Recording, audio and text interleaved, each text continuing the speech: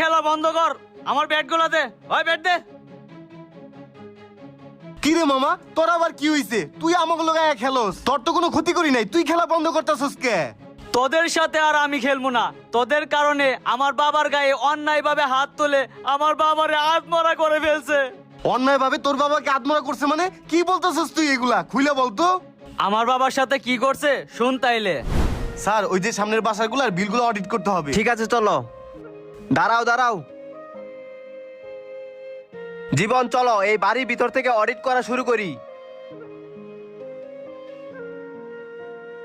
এই জীবন সাহেব উঠাও, 678 ইউনিট, জি স্যার। 147 ইউনিট, জি স্যার। 448 ইউনিট।